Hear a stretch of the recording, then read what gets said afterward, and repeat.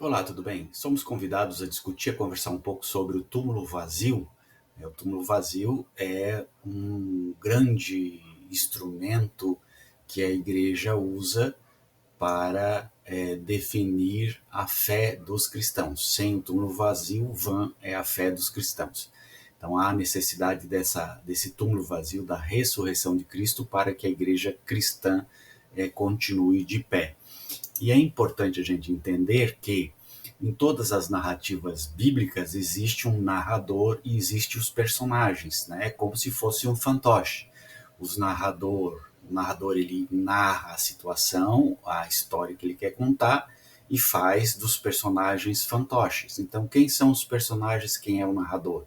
O narrador, provavelmente foram vários, lá dos anos 70 aos anos 110, que provavelmente deram aí as primeiras impressões aí do Novo Testamento, né? E os personagens é Jesus, é Pedro, é Paulo, é as mulheres, é a ressurreição, os sumos sacerdotes. Então todos esses são personagens. Existe um narrador que diz o que esses personagens têm que fazer.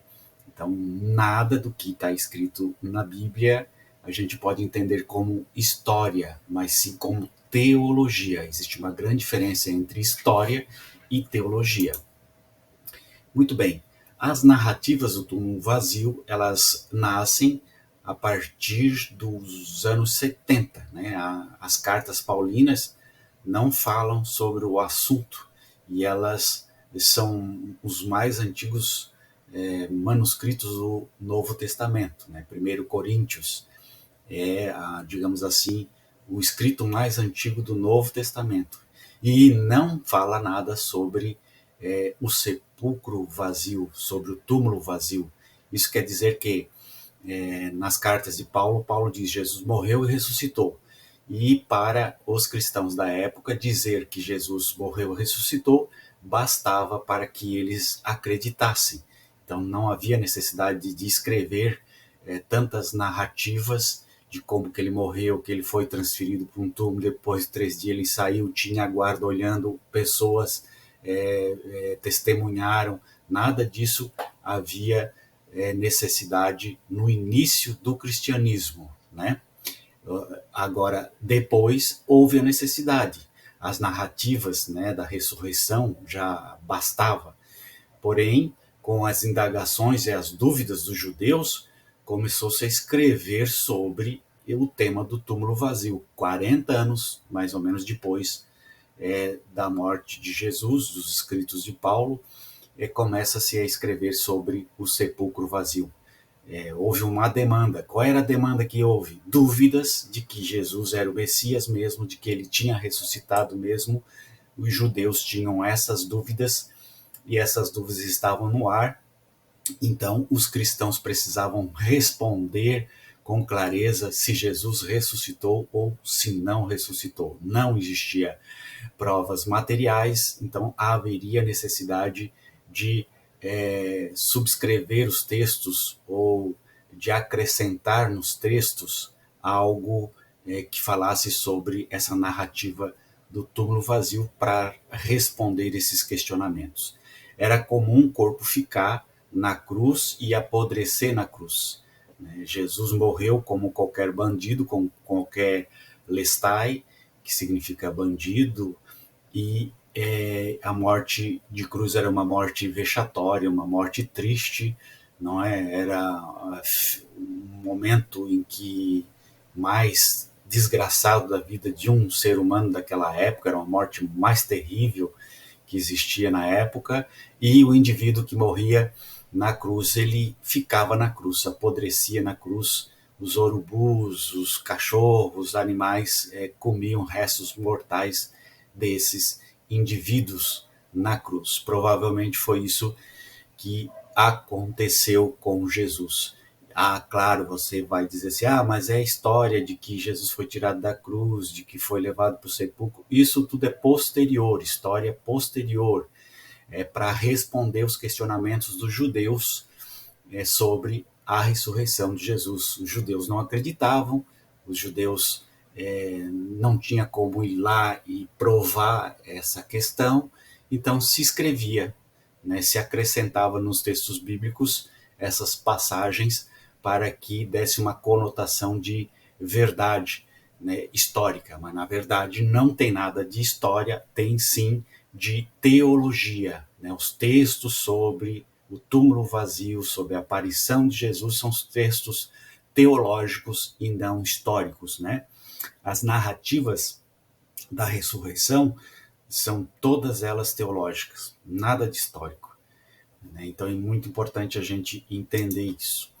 É importante também saber que havia um debate entre os judeus e os cristãos, né? Os judeus não acreditavam que Jesus era o Messias e duvidavam dos seus milagres e da ressurreição, né? Nós temos aí Celso, que na época era um apologista que, entre muitos outros apologistas que defendiam a ressurreição, pessoas estudadas, pessoas letradas, né, que acabaram defendendo a ressurreição, defendendo a Trindade, defendendo Jesus como Deus, defendendo a virgindade de Maria, todos apologistas, né, tentando fazer com que as escrituras tivessem uma compreensão teológica, saindo do histórico para o teológico. Então, Mateus 27, 62 a 66, nós temos aí a narrativa. Essa narrativa do sepulcro vazio só se vê em Mateus, não tem Lucas, não tem João, não tem Marcos, não tem em Lucas, só em Mateus é que existe essa narrativa do sepulcro vazio. Você pode ler lá em Mateus 27, de 62 a 66, vai narrar esse sepulcro vazio. Por que só o Evangelho de Mateus traz essa narrativa? Porque circulou na comunidade de Mateus, né, as fofocas de que haviam roubado o corpo de Jesus e por isso havia necessidade de responder a esses questionamentos. Então, a forma que se encontrou para responder esse questionamento é escrever sobre e colocar nos textos. Então, a partir da leitura dos textos, não tinha como in loco provar, mas os textos poderiam vir com a ideia de que foram escritos no mesmo período que aconteceu a morte e ressurreição, e, portanto, quem está vivendo aqui depois 60, 70 anos, lendo, não tem como desacreditar e não tem como não acreditar. Mas, através dos historiadores, nós compreendemos que são textos posteriores que vieram para responder realmente às dúvidas que surgiam. E na comunidade de Mateus havia essa dúvida de que Jesus tinha sido roubado da cruz, né, durante um período ali na noite, e que então se espalhou a ideia de que ele tinha ressuscitado. E a partir daí havia necessidade de provar isso, que Jesus ressuscitou, para que as pessoas continuassem crendo, e foi através da acrescentado no texto bíblico esta versão para que as pessoas acreditassem realmente no texto que estava sendo colocado e não era real, não era histórico. Nós temos o evangelho extracanônico de Pedro, né, um apócrifo, um evangelho que fala que os escribas, os fariseus, os anciãos, né, foram ao sepulcro, viram tudo o que aconteceu, então havia necessidade de dizer que muita gente viu o que aconteceu, viu, participou da ressurreição. Dizem que até colocaram um selo no túmulo, né, uma marca para que quando abrisse soubesse que tinha sido aberto esse selo. Tudo isso foi posterior para afirmar aqueles que não acreditavam que aconteceu, mas que aconteceu na cabeça do narrador, para que o evangelho tivesse sentido para as pessoas. Vamos ver o texto de Pedro aqui. O texto de Pedro diz assim, Evangelho de Pedro: entretanto, reunidos entre si, os escribas, os fariseus e os anciãos, ao ouvirem que o povo murmurava e batia no peito, dizendo: quando de sua morte sobrevierem sinais tão assombrosos como dizer que não foi um justo, fugiram de medo e foram ter a presença de Pilatos em tom de súplica, dizendo: dai-nos soldados para que custodiem o sepulcro durante 3 dias, pois pode acontecer que seus discípulos venham, retirem seu corpo e o povo venha a nos fazer algum mal, acreditando que ressuscitou de entre os mortos. Pilatos então entregou-lhes Petrônio, né? Então Petrônio era um soldado, e um centurião com soldados para que custodiassem o sepulcro. Com eles foram também até o túmulo os anciões e os escribas, lá girando uma pedra, grande pedra, todos os que ali se encontravam presentes, juntamente com o centurião e os soldados, puseram-se à porta do sepulcro. Além disso, gravaram 7 selos e depois de armar uma tenda, puseram-se a fazer guarda. Você vê aqui deste texto de Pedro, né, apócrifo, como que havia a necessidade de se dizer que tinha testemunhas, né, até selos, 7 selos foram colocados no sepulcro de Jesus para provar que ele estava ali dentro. Então existia essa necessidade de provar que Jesus tinha sido sepultado. Mas é importante entender que esses evangelhos de Pedro, de Mateus, eles surgiram nos anos 70, anos 100, e que a carta de Paulo surgiu anteriormente. E na carta de Paulo não está escrito nada sobre sepulcro vazio, nada sobre essas testemunhas, nada sobre soldado guardando o túmulo. Paulo diz que Jesus morreu e ressuscitou. Só isso bastava para que as pessoas acreditassem. Só que, com os anos passando, os anos 70, anos 80, né, 70 ali, a destruição do Templo de Jerusalém, e as coisas foram acontecendo e as dúvidas foram aparecendo e haveria uma importância muito grande se responder aos questionamentos. E por isso se escreveu esses textos para responder os questionamentos dos judeus. Então você entende aqui que os textos não são reais, não fazem parte de fatos verídicos, de fatos históricos, mas são textos teológicos. O escritor, o narrador, teve a necessidade de escrever isso que está aqui, para que as pessoas que tinham dúvidas não tivessem mais dúvidas. Só que esse narrador, esse escritor, escreveu muito tempo depois de que Jesus tinha morrido. E os primeiros textos que narram que Jesus tinha morrido, como 1 Coríntios, não fala nem um pouquinho sobre essa questão. Por que fala agora sobre essa questão? Por causa das dúvidas. Na época de 1 Coríntios não havia essas dúvidas. Agora, no ano 100, há essas dúvidas e há necessidade de responder essas dúvidas. Você compreende o que eu quero dizer? Então, outro texto que diz que Jesus era, vamos dizer aqui, é importante a gente entender, né, que nós temos também o diálogo com Trifão e a relação entre os judeus e os cristãos, né? O diálogo com Trifão de São Justino Mártir e a relação entre os judeus e cristãos. Aí esse diálogo foi escrito no século II, ali quando estava se montando o Novo Testamento, né? Trifão diz assim: Jesus, um impostor da Galileia, que nós crucificamos, mas que seus discípulos roubaram de noite do túmulo onde ele estava deitado quando solto da cruz, e agora enganam os homens afirmando que ele ressuscitou dos mortos e subiu aos céus. Então você vê aqui que no século II existia essa dúvida e existia também essas fofocas, né? Olha, é mentira, os discípulos roubaram o corpo, esconderam, depois disseram que ressuscitou.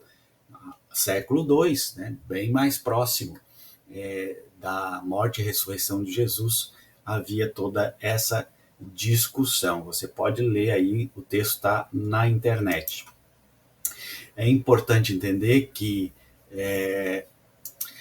os fiéis, né, nesse diálogo de Trifão, né, os fiéis de ambos os cultos reelaboraram suas práticas religiosas, refletindo sobre os princípios basilares da fé que professavam. Então, Justino, que foi ao mesmo tempo filósofo por ofício e apologista por sua conversão ao cristianismo, ele responde às correntes consideradas heréticas, às perseguições aos cristãos e às questões polêmicas junto aos judeus, né? Então, do lado judaico, temos a afirmação cada vez maior do judaísmo rabínico, que assentava novas formas de expressão religiosa com a ausência do templo e a destruição de Jerusalém.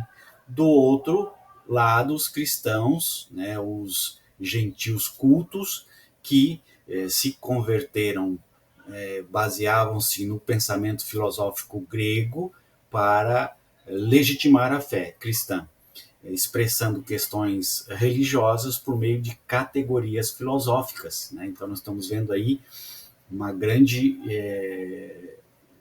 diferença entre os judeus e os cristãos.